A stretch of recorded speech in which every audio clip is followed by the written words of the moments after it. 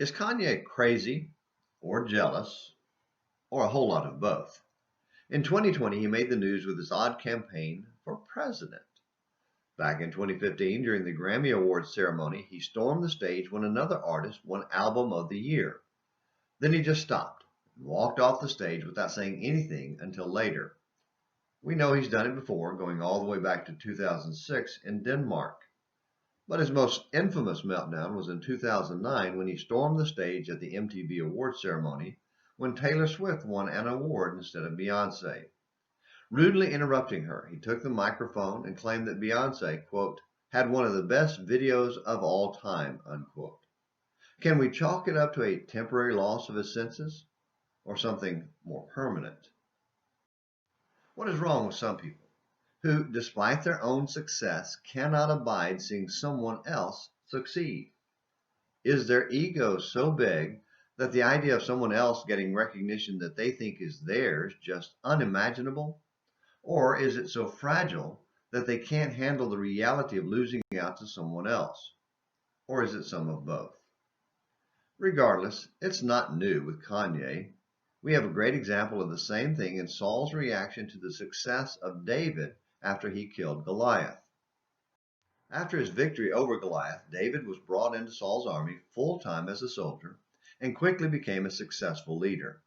His success was such that the people began to sing about David being better than Saul.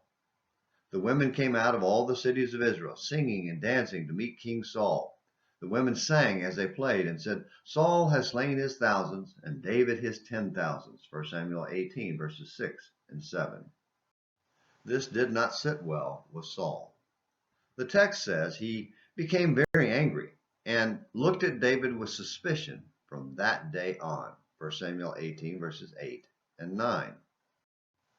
As the story unfolds, we will see how David responds with humility and submission to God, which shows why he is a type of Christ instead of Saul being a type of Christ. The contrast between David and Saul could hardly be any sharper. But even David pales in comparison to Christ, who humbly surrendered the glory of heaven to serve our needs, Philippians 2, verses 1 through 8. Jesus didn't need to storm the stage.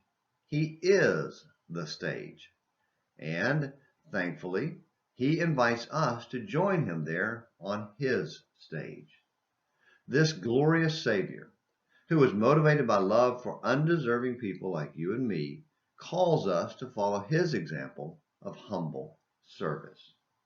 Will you bow before him and serve him? Will you join him on his stage? I hope so. Well, thanks for watching Morning Minutes in the Bible. Until next time, this is James McClenny hoping you have a great day.